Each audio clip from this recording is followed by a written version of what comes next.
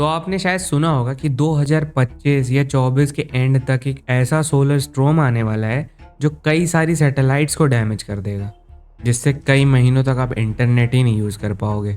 पर क्या सच में ऐसा होने भी वाला है? और अगर होने वाला है तो साइंटिस्ट को इस बारे में पहले से ही कैसे पता चल गया? तो यही सारी चीज़ें देखेंगे इस वीडियो में। तो 17th सेंचुरी में गैलीलियो ने सन के ऊपर बहुत ही अजीब चीज देखी अपने टेलीस्कोप से। उन्होंने देखा कि सन के ऊपर किसी तरह के काले धब्बे हैं। उस समय तो उन्हें नहीं समझ में आया कि ये काले धब्बे एक्चुअली में है क्या, बट बाद में जब इस पे रिसर्च हुई, जब टेक्नोलॉजी आगे बढ़ी, तो पता चला कि वो काले धब्बे सन के ऊपर एक ऐसा एरिया है जहाँ पे टेम्परेचर काफी कम होता है, कम है उसके बाहर वाले एरिया से। मतलब कि अगर सन का जो टेम्परेचर है अगर 5500 डिग्री सेल्सियस है तो उस काली वाली जगह का 3500 डिग्री सेल्सियस होगा, जो कि अपने आप में बहुत ज़्यादा है, बट उससे कम है सन के बाहरी एरिया से। पर ये 2000 डिग्री सेल्सियस का अंतर आया कहाँ से? तो देखो, जो सन है ना वो प्लाज्मा से बना हुआ है, जो आपको पीला पीला दिखाई देता है।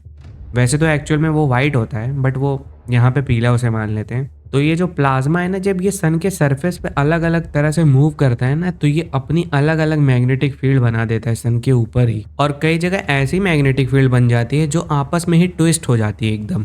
तो अगर सन पे कोई एरिया है जहाँ की मैग्नेटिक फील्ड ट्विस्ट हो चुकी है, तो वहाँ पे टेम्परेचर ट्रांसफर ही नहीं हो पाएगा, जिससे वो मैग्नेटिक फील्ड के अंदर वाला एरिया का टेम्परेचर कम हो जाता है। और वही होता है ब्लैक स्पॉट, जिसको सन स्पॉट भी बोलते हैं। पर जैसे कि मैंने बताया कि मैग्नेटिक फील्ड ट्विस्ट रहती है, तो वो हमेशा के लिए ट्विस्ट नहीं रहती। एक टाइम के बाद वो वापस सीधी हो जाती है और उस प्रोसेस को बोलते हैं मैग्नेटिक रिकनेक्शन। पर ये जब ट्विस्ट होके वापस सीधी होती है ना, तो उस एरिया के प्लाज्मा को स्पेस में उछाल देती है, जिसको हम सोलर स्टॉर्म बोलते हैं, और वो अर्थ तक चला आता है। इसको आप ऐसे समझो कि अगर कोई जानवर है वो पानी में गिर गया, तो जब वो पानी से बाहर आएगा तो अपनी बॉडी को झटकेगा ना पानी हटाने के लिए, झटक के सारा पानी हटा देगा। उसी तरह ये मैग्नेटिक फील्ड होती है यहाँ पे। वो जब ट्विस्ट होके वापस रिकनेक्ट होती हैं, वापस सीधी होती हैं, तो वो भी वहाँ का प्लाज्मा को स्पेस में उछाल देती हैं। और ये जो सन स्पॉट होते हैं ना, इनको जब सालों तक ऑब्जर्व किया गया है तो पाया गया कि इनका भी एक पैटर्न होता है 11 साल का। मतलब मान लो पहले साल कुछ एक सन स्पॉट होगा, फिर दूसरे साल और 3 हो जाएंगे, फिर ऐसे 5 साल के बाद 5 हो जाएंगे। ऐसे ही जब 11वां साल आता है ना, तो कई सारे सन स्पॉट बन जाते हैं सन के ऊपर। बट फिर 11 साल के खत्म होने के बाद फिर से ये साइकिल स्टार्ट हो जाता है, फिर से एक सन स्पॉट, फिर धीरे धीरे करके बढ़ते रहते हैं 11 साल तक, और फिर एंड हो जाते हैं। ऐसे साइकिल इसका चलता रहता है, और इसको सोलर साइकिल भी बोलते हैं।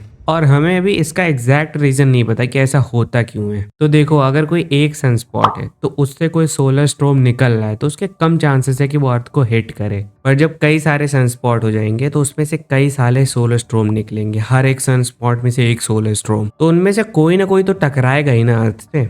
इसीलिए जब सोलर साइकिल खत्म होने वाला रहता है तो ज्यादा चांसेस होते हैं कि सोलर स्टॉर्म अर्थ से टकरा जाए। और अभी जो टाइम चल रहा है 2024, ये सोलर साइकिल के एंड वाला टाइम है। मतलब कि अभी अगर आप देखोगे तो सन पे कई सारे सन स्पॉट बन चुके होंगे, जिससे चांसेस बढ़ जाते हैं कि 2024 के एंड तक या फिर 2025 के स्टार्टिंग तक हमसे कोई सोलर स्टॉर्म टकराए। और हर सोलर साइकिल में ना साइंटिस्ट ये भी स्टडी करते हैं कि ये जो सन स्पॉट है ये कितना बड़ा है इस बार का, जिससे ये पता चल जाता है ना कि कितना स्ट्रॉन्ग सोलर स्टॉर्म आ सकता है अर्थ के ऊपर। पर देखो, इससे पहले भी तो कई सारे सोलर साइकिल कंप्लीट हुए होंगे, तो उसमें तो कुछ नहीं हुआ। तो देखो, ऐसा नहीं कि इससे पहले वाले सोलर साइकिल में कुछ हुआ ही नहीं। जैसे 1989 में एक सोलर स्टॉर्म ने कनाडा में पावर ही शट डाउन करवा दिया था कई घंटों के लिए। और 1999 में भी ना कई सारी सैटेलाइट्स खराब हो चुकी थी जब उससे सोलर स्टॉर्म टकराया। और 2012 में एक बहुत बड़ा सोलर स्टॉर्म अर्थ के जस्ट पास से चला गया, और वो सोलर स्टॉर्म इतना पावरफुल था ना कि अगर अर्थ से टकरा जाता तो वो ह्यूमैनिटी को 10 साल पीछे कर देता।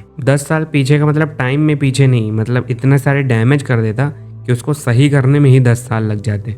और अब फाइनली देखते हैं कि अगर सोलर स्टॉर्म आया तो उससे एक्चुअली में होगा क्या। तो देखो, जैसे कि मैंने बताया कि ये सोलर स्टॉर्म सन के प्लाज्मा का ही बना हुआ होता है। तो अगर ये प्लाज्मा किसी कंडक्टर से पास होता है ना, तो उसके वोल्टेज को इंक्रीज कर देता है, क्योंकि बेसिकली ये इसकी एक प्रॉपर्टी होती है। तो मान लो कि एक सैटेलाइट है जो कि 10 के वोल्टेज पे काम करता है, और अगर उससे सोलर स्टॉर्म होके निकले तो वो तो उसका वोल्टेज बढ़ा देगा ना। हो सकता है 1000 वोल्टेज कर दे और 1000 वोल्टेज के लिए सैटेलाइट बना ही ना हो और वो खराब हो जाए। तो तो अगर ऐसा कुछ हुआ तो सोलर स्टॉर्म कई सारी सैटेलाइट्स को खराब कर देगा, जिससे हमारा उनसे कनेक्शन हो ही नहीं पाएगा। और अगर मान लो ऐसा नहीं भी हुआ ना, तो वो सोलर स्टॉर्म अर्थ का जो एटमॉस्फेयर है उसको आयोनाइज कर देगा। आयोनाइज होने के बाद ना एटमॉस्फेयर एक शील्ड की तरह काम करेगी रेडियो वेव के लिए। जैसे हमारे फोन से रेडियो वेव निकलते हैं जो कि सैटेलाइट तक जाते हैं, बट अगर हमारा एटमॉस्फेयर आयोनाइज हो गया तो वो रेडियो वेव एटमॉस्फेयर को क्रॉस ही नहीं कर पाएगा। तो अगर दोनों में से कोई भी एक चीज हुई तब भी आप इंटरनेट नहीं यूज कर पाओगे। और बहुत लोग ये सोच रहे हैं ना कि ऐसा सोलर स्टॉर्म आने वाला है जो पूरे सैटेलाइट्स को चकनाचूर कर देगा। तो देखो, अगर इतना पावरफुल सोलर स्टॉर्म हुआ ना, तो इसमें इंटरनेट ही नहीं, आप खुद ही चले जाओगे।